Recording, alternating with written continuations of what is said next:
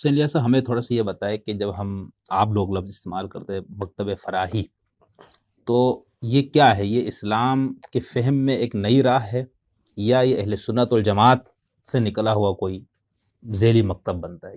جی دیکھیں، اس چیز کو بھی لوگوں کو سمجھنا چاہیے ہے. لوگ اس پہ بڑا ٹھٹا اڑاتے ہیں، استہزاء کرتے ہیں، مذاق کرتے ہیں. غامدی صاحب کے افکار کو لا کے مولانا فراہی کی کچھ اطلاقی آراء سے کمپیئر کرتے ہیں، وہ تو یہ کہتے نہیں تھے یہ اپنے آپ کو فراہی. یہ ہمارے ہاں بڑی ہی علم کی زبوں حالی اور پستی کی علامت ہے. یہ جو مکتب فکر بننے کا پروسیس ہے نا، اس پروسیس کو ہم اپنی اساس میں کبھی اپریشیٹ نہیں کرتے.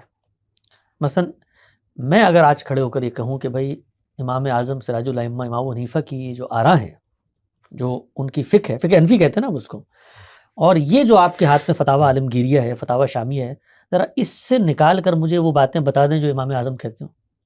ڈاکٹر حمید اللہ نے اپنی تحقیق کے مطابق یہ لکھا ہے کہ فقہ حنفی کے جو مفتبی اقوال ہیں، جو معلوم آراء ہیں امام اعظم کی، اس سے 80% مختلف ہیں.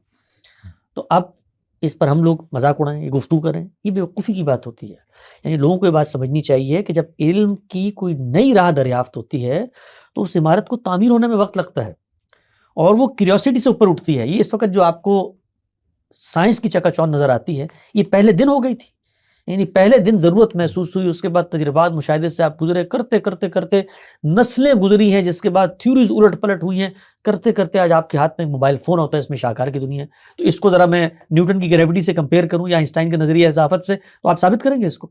تو اس کو اپریشیٹ کرے امت. بھائی ایک آدمی نے سوچنے کا آغاز کیا، اس کے شاگردوں نے اس کے پرنسپلڈ اپروچ کو مزید ریفائن کیا، اس کے شاگردوں نے اس کی بنیاد پر ایک اطلاقی کام کر کے دکھا دیا.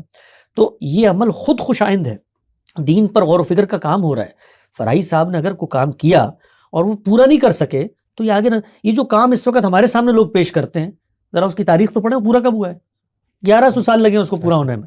یعنی وہ آج بھی جاری ہے. کرپٹو کرنسی کے اوپر جو حکم آپ لگا رہے ہوتے ہیں، تو اس کو پلٹ کے ہم کہیں کہ ذرا امام حنیفہ سے نکال کے لے کر آؤ اس کو، یا لمیٹڈ کمپنی کو قیاس کر رہے ہوتے ہیں غلامی کے اوپر اور اس سے ثبوت کی باتیں کر رہے ہوتے ہیں.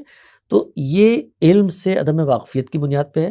مولانا فراہی ایک عالم تھے، نہ مولانا فراہی پہ ہم ایمان لاتے ہیں، نہ مولانا فراہی کی لکھی ہوئی ہر بات وہ کسی مکتبہ فکر میں حجت کی حیثیت رکھتی ہے. ایک پرنسپلڈ اپروچ کوئی شخص دیتا ہے، اس کے نام سے ایک امتیاز قائم کرنے کے لیے وہ بات علم کا بھی تقاضا ہوتی ہے کہ بتایا جائے پہلے کس نے کہا ہے، ورنہ ہر چیز آپ اپنی طرف سے منسوب کریں.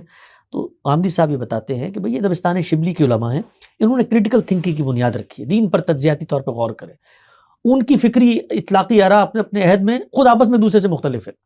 کوئی خلافت کو مان رہا ہے، کوئی اپنے شاگردوں کے پائنچے کاٹ رہا ہے. خود پڑھے جو مقدمہ ہے مولانا فراہی کی تفسیر کا، مولانا اصلاحی نے اس میں لکھا ہے کہ ہم حاضر ہوئے اور میرے پائنچے انہوں نے دیکھے نیچے ہیں تو کینچی سے کاٹ دی. تو آپ کہیں آپ غامدی صاحب تو اسفال اظہار کی روایتوں کو لیتے نہیں ہیں. مولانا فراہی نے پرنسپل اپروچ دی، قرآن کو محور و مرکز بناؤ. اس کے بعد ایک شخص نے اس پہ تفسیر لکھی ہے، اس تفسیر میں ان پرنسپلز کا اطلاق کیا ہے. اس کے بعد ایک دوسرا شاگرد تفسیر رکھتا ہے، وہ اس سے اختلاف کرتا ہے. تو یہ اختلاف جو ہے یہ تو انسانیت کا حسن ہے. یہ تو ایک اپروچ کو تشکیل پذیر کرنے کا ذریعہ بنتا ہے. اس کو تو اپریشیٹ کرنا چاہیے کہ بھائی ایک شخص دنیا میں کوئی اندھی تقلید والے مقلد پیدا کر کے نہیں چلا گیا، بلکہ سوچنے سمجھنے والے انسان پیدا کیے ہیں.